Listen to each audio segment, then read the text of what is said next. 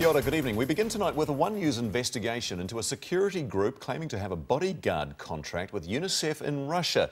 It's shut down its Auckland training camp after 2 armed offenders' call-outs and accusations it's not the real deal. 31 people trained with Elite Protection International, some of them paying thousands of dollars. But suspicions were raised after UNICEF denied any knowledge of them. Pacific correspondent Barbara Drever with this exclusive story.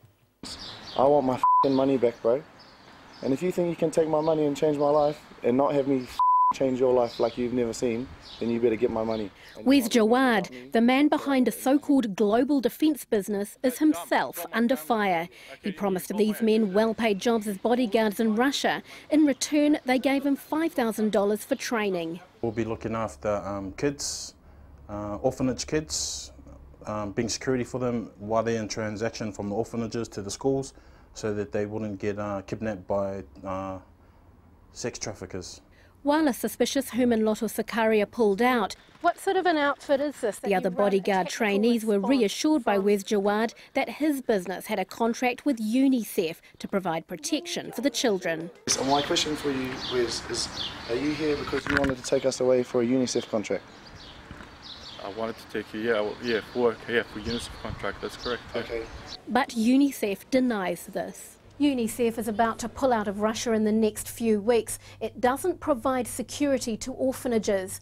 In an email, it told One News that it is absolutely untrue that it has a contract with Wes Jawad's business. Why is it that you've made up the story about UNICEF? You do all that story. Why have you made up the story? For how much exactly, okay? Why have you made up the story about UNICEF? They've never heard of you. Exactly, okay. This is the trainees in action, using look-alike Glocks, their training facility, a holiday camp on Auckland's North Shore. The armed offenders squad was called out twice. Totally unacceptable. It's a holiday park. This is not a training facility.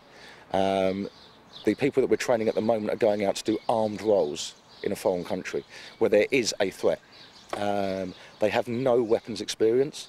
Mike Quinton runs a British company specialising in close protection training. He was hired to be the course trainer. Alarm bells started ringing after a week of being here. They just got louder as the days went on. He was paid a deposit and promised the rest of his money when UNICEF paid up. He's still waiting, and so are the trainees, many of whom gave up jobs and sold possessions to pay for the training. We've got people that have closed down their houses and put everything into storage on the premise of leaving for Russia on the 22nd of December. While tension is running high, I'm doing everything legally. Wes Jawad has promised the trainees they will get their training fee back tomorrow. Barbara Drever, One News.